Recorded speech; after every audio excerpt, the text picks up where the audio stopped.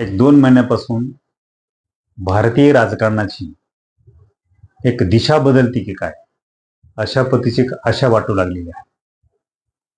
नीटचा paper फुटल्यानंतर जंतर मंतरवर जे आंदोलन झालं आणि त्याच्यामध्ये जी काही तरुण मुलं सहभागी झाले आणि धर्मेंद्र प्रधान ह्या शिक्षण मंत्र्याचा राजीनामा झाला आणि राजीनामा झाल्यानंतर जे काही मुद्दे या देशामध्ये राजकारणामध्ये चर्चेत आले ते मुद्दे फार महत्वाचे आहेत. आपल्याला देशाला जगात महाशक्ती व्हायचं असेल तर आपली शिक्षण व्यवस्था सुधारली पाहिजे. आपलं कुशल मनुष्यबळ विकसित झालं पाहिजे आणि त्यासाठी आपलं शिक्षण व्यवस्थेवर चांगल्या पद्धतीनं काम करणं आणि प्रामाणिकपणे काम करणं गरजेचं आहे. हे सर्व मुद्दे जंतर मंतरच्या आंदोलनानंतर चर्चेत आलेले आहेत आणि जागोजागी विद्यार्थ्यांची आता आंदोलन उभे राहिलेले आहेत आणि त्या अनुषंगानं त्या प्रांतातून त्या क्षेत्रातून एक वेगवेगळे प्रश्न लोकांसमोर समाजासमोर येत आहेत. स्वतंत्र दिनापासून अभिजित दिपके यांनी सुद्धा स्कूल ठीक करू अभियान सुरू केलं आणि स्कूल ठीक करू अभियानानंतर जे काही सरकारी शाळांची दुरवस्था झालेली आहे, जे काही वाभाडे सरकारी शाळांचे समाजासमोर आलेले आहेत ते खरं तर निंदनीय आहेत आणि अपमानास्पद आहेत. आपण या स्वतंत्र भारतामध्ये विकसित भारतामध्ये राहत आहोत याची लाज वाटावी अशा पद्धतीच्या शाळांच्या भौतिक सुविधेबाबतीत एक वास्तव समोर आलेलं आहे.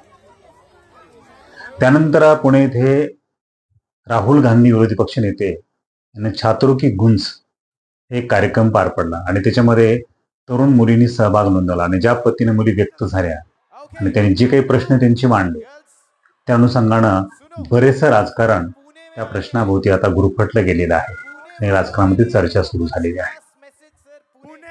नागपूर इथे युवा संवाद नावाचा एक कार्यक्रम घेतला. त्याच्यामध्ये 3,500 पुढे ढोल पथकांचं नियोजन करण्यात आलं. ढोल वाजवण्याचं तिथं प्रयोजन करण्यात आलं आणि तिथे प्रचंड संख्येनं युवकांची हजेरी होती, सहभाग होता आणि तिथंही युवकांशी त्यांच्या प्रश्नावर चर्चा केल्या गेल्या. त्यांना वेगवेगळी स्वप्न दाखवली गेली. म्हणजे भारतीय राजकारण युवकांच्या स्वप्नावर, युवकांच्या समस्येवर काम करत आहे. जेव्हा विरोधी पक्ष असेल किंवा सरकारच्या इतर जे काही पक्ष असतील ते जेव्हा अशा पद्धतीचे मुद्दे प्रभावीपणे मांडतात आणि लोकांना ते भावतात किंवा लोकांच्या मनातील प्रश्न समाजासमोर येतात तेव्हा खचितच राजकारणाची दिशा बदलू शकते.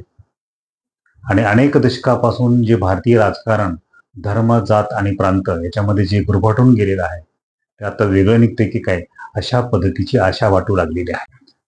सत्ता कोणत्या पक्षाची आहे, सत्ता कोणत्या व्यक्तीच्या हातामध्ये आहे हे तितकंसं महत्वाचं नसतं.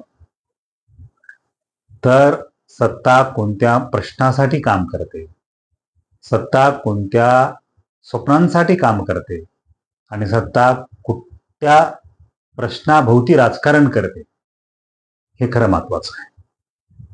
सत्तेत बसलेले कुठलेही लोक असतील तरी ते राजकारण करूनच सत्ता हस्तगत करणार आहेत.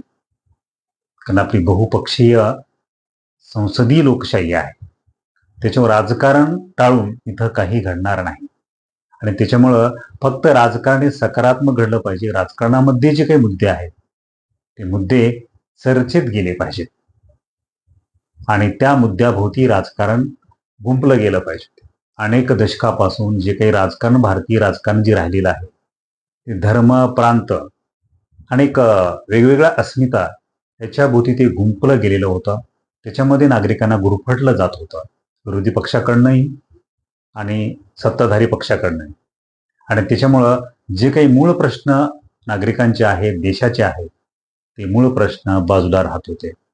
आणि जेव्हा एखाद्या प्रश्नासाठी, एखादी व्यवस्था बदलण्यासाठी मुद्दा पुढे येतो आणि त्यासाठी राजकारण होत असेल तर ह्या सर्व राजकारणाचं आपण स्वागत केलं पाहिजे.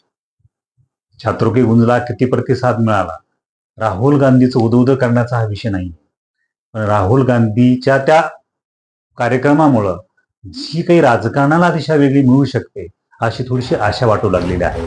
आणि त्या शिक्षण व्यवस्थेचे, पेपर फुटीचे जे काही समस्या आहेत त्या समस्या चर्चेला आणल्या जातील आणि त्याच्यावर अनेक सरकारं काम करतील आणि राजकीय पक्षी त्याच्यावर चर्चा करतील, ते मुद्दे लावून धरतील आणि मग सत्तेत जी लोक जातील ते सुद्धा त्या प्रश्नाभोवती गुरफटून जातील, अशी आशा करायला हरकत नाही.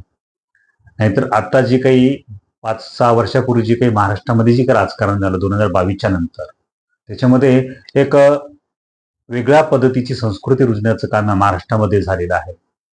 पैसा फेको, सत्ता हस्तगत करू आणि जास्तीत जास्त सत्तेच्या वळसेला जाणं आणि जास्तीत जास्त पैसा हडप करणं आणि आपण विकास कामं करत आहोत असं करून आपण आणि आपल्या कार्यकर्त्याचा आणि संबंधित लोकांचा विकास करणं, एक जी ट्रेंड महाराष्ट्रामध्ये सुरू झालेला आहे राजकारणाचा.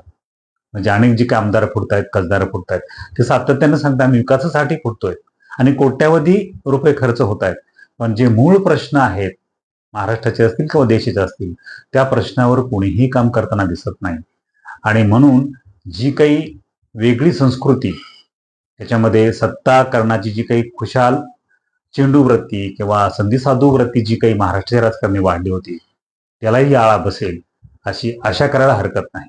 आणि त्याच्यामुळं अभिजित दित्यांचं स्कूल ठिकूर अभियान असेल, राहुल गांधींचं चातुर्की गुंज असेल, तर देवेंद्र फडणवीस यांचे काही इव्हेंट असतील, सर्वातून तरुण वर्गाला हाक दिली जावी, तरुणांचे प्रश्न पुढे यावेत आणि सर्व सरकारने, सर्व पक्षांनी देशाच्या बेसिक प्रश्नावर काम करावं, ही सर्व भारतीय नागरिकाची, विवेकवादी नागरिकाची इच्छा असेल.